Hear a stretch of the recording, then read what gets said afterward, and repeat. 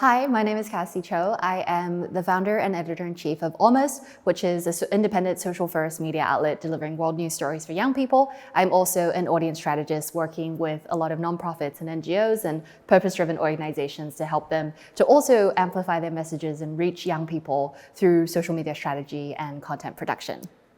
So as journalists and storytellers, being transparent means, being really honest with our audience about, our values, our motives, and where our blind spots are. Because nowadays on social media, on digital media, just in media in general, young people and just audiences worldwide really expect that level of clarity from us to be able to know, what our motives are. Why are we telling the stories that we're telling? Who are we telling them for? What are our blind spots so that they are able to feel more informed and to be able to make these decisions and to be able to connect with us on that level instead of this opaque version of we don't really know what you stand for. And so, being able to transparently sort of communicate that with our audience so that they know clearly where we stand and what our blind spots are. So while we do that is we try to incorporate that into our daily work, into our reporting, just making sure that we're clear and honest with our audience. And that really helps to build the trust with our audience. And I think that's really important when we're, trying to, amplify, important things that are going on around the world, and we want people to resonate with them.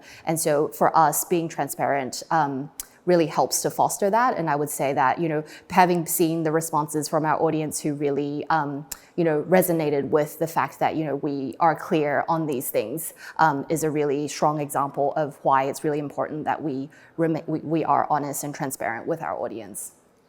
I mean, I think it's super great to be here because, it's not just about, the topics that we're covering, but it's actually just being here in person with so many people from all around the world who are, passionate about the same things and figuring out from different ways how we can, tell these stories and, to share these messages and better, get more people involved and, informed about all of the work that people are doing worldwide. And I think it's such a great place because you're able to have these exchanges of ideas and to learn from others, and different approaches that work from different, locations around the world in different contexts. And then this is how, we're able to brainstorm more creatively together and come up with ideas because I feel like, the world is literally on fire right now and there's a lot going on. And, the only way that we're going to be able to solve this is actually together instead of, on our own, trying to work it out,